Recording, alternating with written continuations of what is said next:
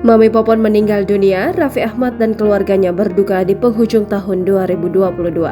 Pasangan selebriti Raffi Ahmad dan Nagita Slavina berduka di penghujung tahun 2022. Raffi Ahmad mengabarkan kabar meninggal Hanifah binti Dharma yang akrab disapa Mami Popon di akun media sosialnya Sabtu 31 Desember 2022. Raffi Ahmad mengunggah foto kenangan bersama Ami Konita, ibunya, saat memeluk Mami Popon.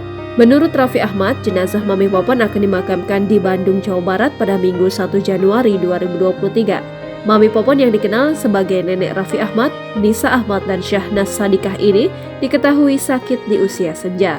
Saat terbaring sakit, Mami Popon terus menanyakan Raffi Ahmad yang sudah lama tidak menjenguknya.